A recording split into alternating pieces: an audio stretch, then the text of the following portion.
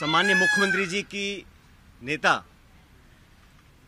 आदरणीय श्रीमती सोनिया गांधी जी नहीं है, बल्कि उनकी नेता वसुंधरा राजे सिंधिया जी हैं। एक तरफ ये कहा जा रहा है कि हमारी सरकार को गिराने का काम भाजपा कर रही थी, दूसरी तरफ कहा जाता है कि सरकार को बचाने का काम वसुंधरा जी कर रही थी। तो ये जो विरोधाभास है इसको समझाना चाहिए। मुझे बहुत कुछ कहा गया, कोरोना, गद्दार, निकम्मा आदि। सामान्य मुख्यमंत्री जी का भाषण परसों धौलपुर में हुआ और उस भाषण को सुनने के बाद मुझे ऐसा लगता है कि सामान्य मुख्यमंत्री जी की नेता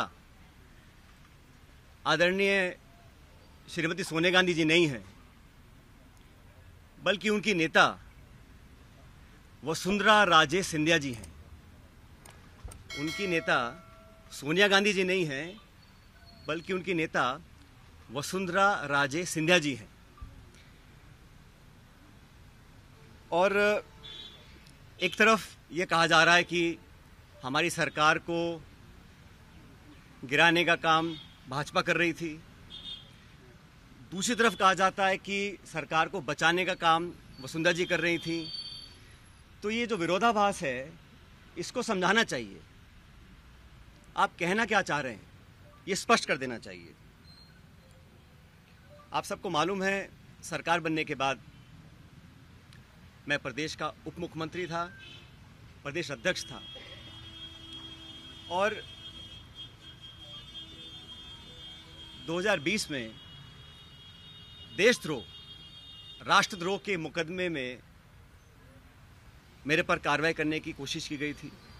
अनेक ऐसे प्रकरण हुए और हम सब लोग, और मैं स्पष्ट करना चाहता हूं कि मैं और हमारे कुछ साथी सरकार में नेतृत्व परिवर्तन चाहते थे।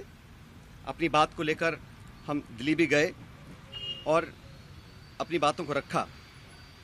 उसके बाद अखिल भारतीय कांग्रेस कमेटी ने लगातार चर्चाएं हुई और आज वो दुनिया में नहीं है, स्वर्गीय अहमद पटेल साहब, लेकिन उनके माध्यम से सब नेताओं से मुलाकात हुई और एक कमेटी का गठन हुआ, एआईसीसी ने किया। उसमें माखन साहब, वेणुगोपाल जी और अहमद पटेल जी सदस्य थे और उस कमेटी का एक काम था। और कमेटी जब गठन हुआ उस समय हम सबकी बात सुनकर हमारी बातों को एक्सेप्ट किया गया और एक रोड मैप तैयार किया गया। बहुत सारी बातें उसमें थी, मैं उसका उल्लेख नहीं करूँगा, लेकिन कमेटी का गठन हुआ और उसके बाद से हम सब ने, चाहे वो राज्यसभा के चुनाव हो, चाहे विधानसभा में मतदान हो, पार्टी का प्रचार हो, कांग्रेस को मजबूत और ताकतवर बनाने के लिए हम सभी साथियों ने जी जान से कोशिश की और मेहनत की। और 2.5 साल का जो कार्यकाल निकला वो इस बात का प्रतीक है। अनुशासन तोड़ने का काम कभी भी किसी ने नहीं किया। मुझे बहुत कुछ कहा गया, कोरोना, गद्दार, निकम्मा आदि, और जो ये आरोप परसों लगाए गए, ये 2.5 साल से मैं आरोप सुन रहा था।